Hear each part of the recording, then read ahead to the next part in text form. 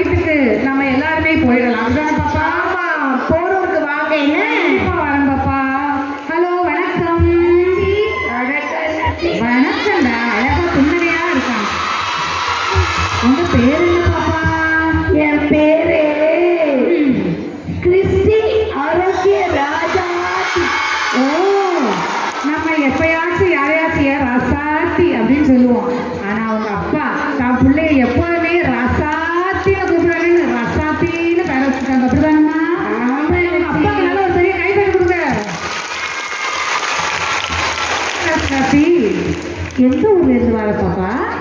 நானே அங்க ஒரு மலை இருக்கும். மழையா? தண்ணி பெய்கிற மலை இல்ல, இந்த கல்லுக்கெல்லாம் அடுக்கி வச்சிருப்பாங்கல்ல பாப்பா. இமயமலையில இருந்து வந்து இருக்கு அந்த மலை. தாண்டி போகணும். ஓ, ரொம்ப தாண்டணுமோ? தாண்டி குடி. ஓ, எல்லாம் தாண்டாம குடிச்சா உள்ள இறங்காத. ஆனா வரைபடத்திலே இப்படி ஒரு பேரை பார்த்ததே இல்லையில.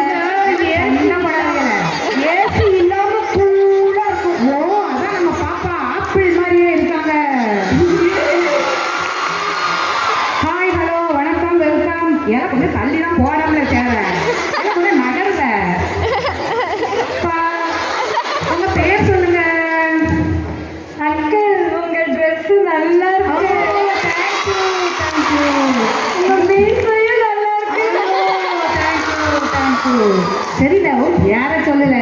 என் பேரு